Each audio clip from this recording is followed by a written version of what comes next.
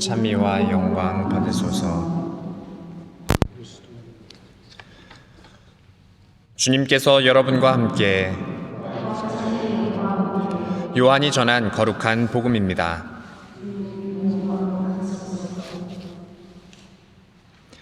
유다인들의 파스카 축제가 가까워지자 예수님께서는 예루살렘에 올라가셨다.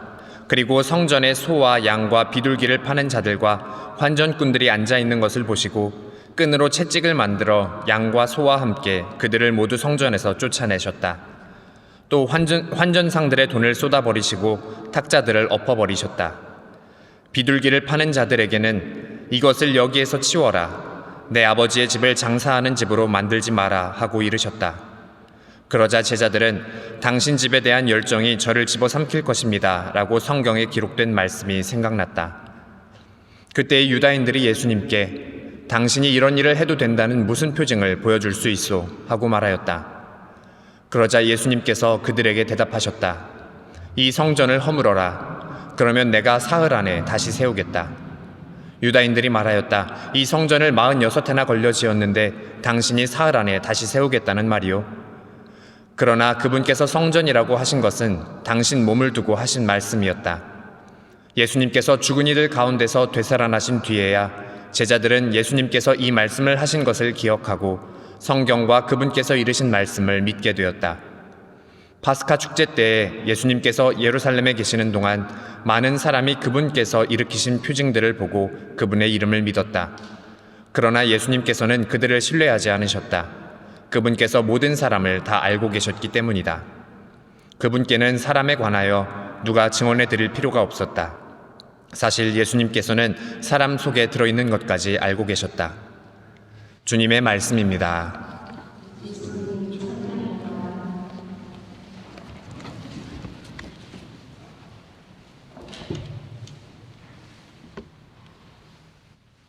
참 예수님,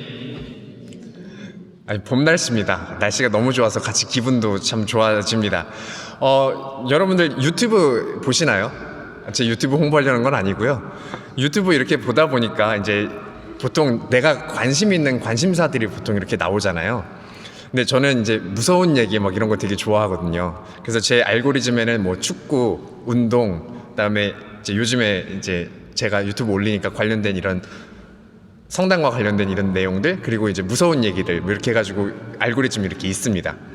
근데 그걸 보다가 참 자존심이 상했어요. 이게 제가 유튜브를 보다 보니까 어떤 무당이 하고 있는 유튜브가 있는 거예요. 그래서 자기가 겪었던 무서운 얘기들이나 아니면 다른 데서 들은 이런 무서운 얘기들을 막 해줘요. 근데 그 무당 유튜브 구독자 수가 막 몇십만이 되는 겁니다. 내가 무당한테 지나? 뭐 이런 생각을 했어요. 근데 이제 왜 그럴까 하고 이제 저도 봤죠. 그 무당의 유튜브를. 근데 보니까 되게 자극적이에요. 이제 어떤 귀신이 화가 나서 누구한테 해코지를 하고 뭐 그것을 이렇게 막아주는 얘기, 막 이런 스펙타클하고 조금 더 자극적인 그런 얘기들이 자꾸 나옵니다. 그래서 이런 사람들이 이런 자극적인 것 때문에 관심을 더 가지고 이렇게 보게 되나? 이런 생각을 해봤어요. 근데 그러면서 오늘 복음을 이렇게 보니까 우리가 보고 있는 이 사실 복음 내용도 그냥 점잖게 이렇게 성경에 쓰여 있어서 그렇지 이것을 실제 장면을 회상하면서 돌이켜보면 되게 자극적일 수 있겠다 하는 생각이 들었습니다. 오늘 복음이 그 예 중에 하나인 것 같아요. 예수님이 채찍을 만들어 사람들 다 쳐내시는 그런, 예수님이 화를 내시는 그런 장면이에요.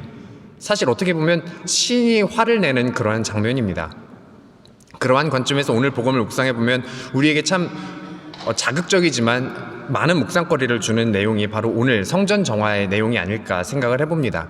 그래서 이 성전 정화를 우리가 그냥 흔히 전통적으로 교회 안에서 영적인 의미로 먼저 해석을 하죠.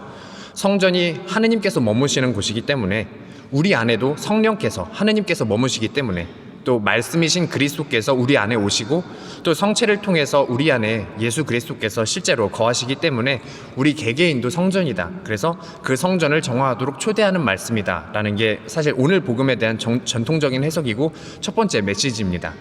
그런데 이 성전 정화 내용을 요한복음의 구조 안에서 함께 바라보면 또 다른 의미를 우리가 바라볼 수 있을 것 같아요. 이제 요한복음에서 전하는 성전 정화 내용은 공관복음에서 전하는 것과 조금 다릅니다.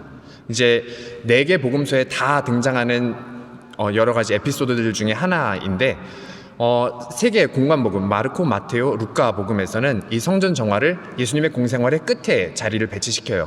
그래서 이 사건이 어떤 결정적인 계기가 돼서 이 율법학자들과 바리사이들이 예수님을 체포하는 계기를 마련해주는 그런 장면으로 묘사가 됩니다. 근데 요한복음은 예수님이 공생활을 시작하시는 부분에 오늘 이 성전 정화 사건을 놉니다.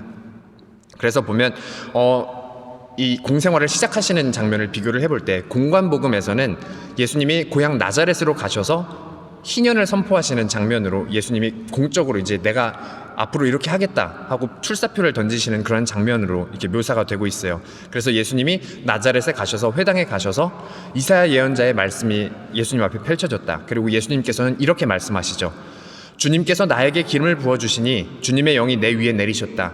주님께서 나를 보내시어 가난한 이들에게 기쁜 소식을 전하고 잡혀간 이들에게 해방을 선포하며 눈먼 이들을 다시 보게 하고 억압받는 이들을 해방시켜 내보내며 주님의 은혜로운 해를 선포하게 하셨다.